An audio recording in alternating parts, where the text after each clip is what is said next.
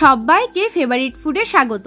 আজ তোমাদের সাথে দুটো ডিম আর ফুলকপি দিয়ে দারুণ টেস্টি একটা রেসিপি শেয়ার করব। চলো রেসিপিটা শুরু করি। দেখো ফুলকপিটাকে ছোট ছোট করে কেটে নিয়েছি আর এদিকে একটা কড়াইতে জল গরম হতে বসিয়েছিলাম। এখন ফুলকপিগুলো দিয়ে 5 মিনিট ভাপিয়ে নেব। এতে ফুলকপির কাঁচা গন্ধটা যাবে, সাথে কিছুটা নরমও হবে। এখন ফুলকপিগুলোকে জল থেকে তুলে নিচ্ছি। ফুলকপিটা কিছুক্ষণ ঠান্ডা হওয়ার সময় দেব।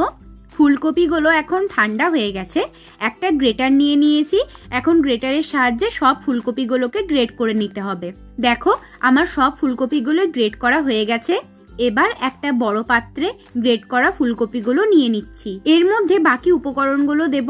দিচ্ছি লম্বা লম্বা করে কাটা পেঁয়াজ। পেঁয়াজটা একটু বেশিই দিলাম, খেতে বেশ ভালো লাগে।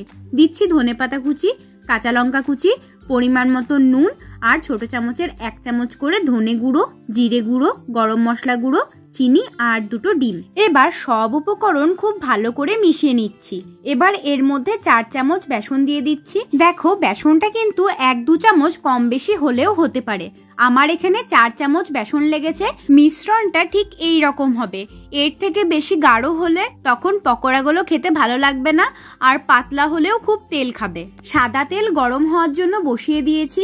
এবার একটা চামচে করে মিশ্রণটা তেলের মধ্যে দিয়ে মিডিয়াম হিটে খুব ভালো করে ভেজে নিতে হবে। আর একসাথে অনেকগুলো পকোড়া ভেজো না, তাহলে কিন্তু পকোড়ার টেক্সচারটা ভালো হবে না। বেশ একটু গোল গোল হবে, তাহলে কিন্তু রান্নাটা দেখতেও বেশ ভালো লাগবে। ধারের দিকটা হালকা বাদামি হয়ে এসেছে। এখন পকোড়াটা উল্টে দিচ্ছি। ভিডিওগুলো ভালো লাগলে একটা লাইক করে দিও আর চ্যানেলটাকে সাবস্ক্রাইব করে আমার পাশে থেকো।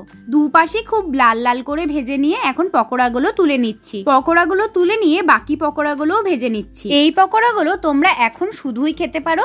বাইরেটা বেশ ক্রিস্পি আর ভেতরটা সফট। দেখো আমার সব পকোড়াগুলোই ভাজা হয়ে গেছে। এবার চলো বাকি রান্নাটা দেখে নাও। তেলটা একটু কমিয়ে নিয়ে ওই একই তেলে দিয়ে দিচ্ছি ছোট চামচের 1/2 চামচ গোটা জিরে, সাথে দিচ্ছি স্লাইস করা পেঁয়াজ। পেঁয়াজটা কিছুক্ষণ ভেজে এখন দিয়ে দিচ্ছি টমেটো, আর টমেটো দেওয়ার সাথে পরিমাণ মতো নুনটাও দিয়ে দিচ্ছি। টমেটোটা একটু সময় নিয়ে খুব ভালো করে ভেজে নিতে হবে। এবার দিয়ে দিচ্ছি ছোট চামচের 1 চামচ আদা রসুন বাটা। আদা রসুনটা ভালো করে ভেজে নিয়ে দিয়ে দিচ্ছি ছোট চামচের 1 চামচ করে ধনে গুঁড়ো, জিরে গুঁড়ো, রঙের জন্য হলুদ, কাশ্মীরি শুকনো লঙ্কা গুঁড়ো আর ঝালের জন্য শুকনো লঙ্কা গুঁড়ো। মশলাটা খুব ভালো করে কষিয়ে নিয়ে এখন দিয়ে দিচ্ছি 1.5 কাপ জল। জলটা একবার খুব ভালো করে মিশিয়ে নিলাম।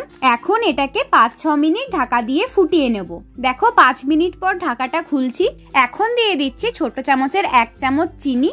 চিনিটাকে একবার ভালো করে মিশিয়ে দিয়ে দিচ্ছি ফুলকপি আর ডিমের পকোড়াগুলো। খুন্তির সাহায্যে চারিদিকে পকোড়াগুলো খুব ভালো করে দিয়ে দিচ্ছি।